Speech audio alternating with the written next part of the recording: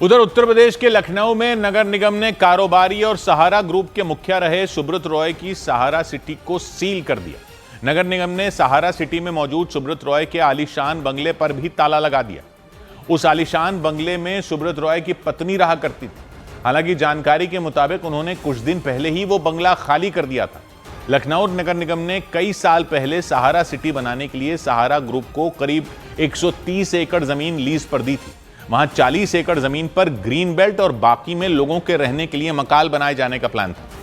आरोप है कि सहारा ग्रुप के मुखिया सुब्रत रॉय ने नियमों को ताक पर रखकर इस जमीन पर अपने लिए आलीशान बंगला भी बनवा लिया था।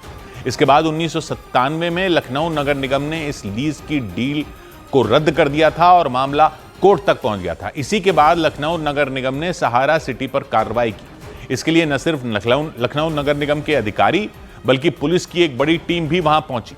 हंगामे की आशंका को देखते हुए वहां पहले ही सारे बंदोबस्त कर लिए गए थे। हालांकि उस बंगले में काम करने वाले कई कर्मचारियों ने आरोप लगाया कि बंगले के सील होने से पहले ही सुब्रत रॉय की पत्नी वहां से निकल गई और वहां काम करने वाले कर्मचारियों का वेतन नहीं दिया।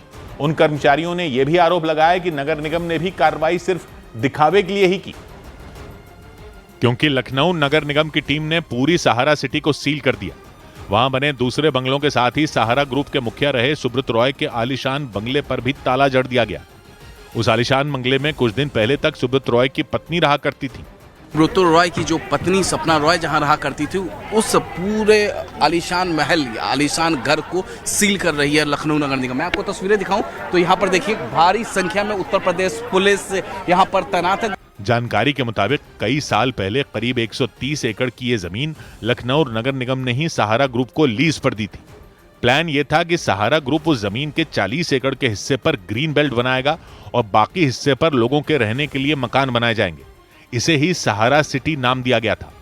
हालांकि आरोप लगे कि सहारा ग्रुप के मुखिया सुब्रत रॉय ने वहां अपने लिए ये आलीशान बंगला बनवा लिया था। इसके बाद 1997 में लीज की डील रद्द कर दी गई थी और फिर मामला कोर्ट तक पहुंच गया था, जिसके बाद उस बंगले को सील कर दिया गया।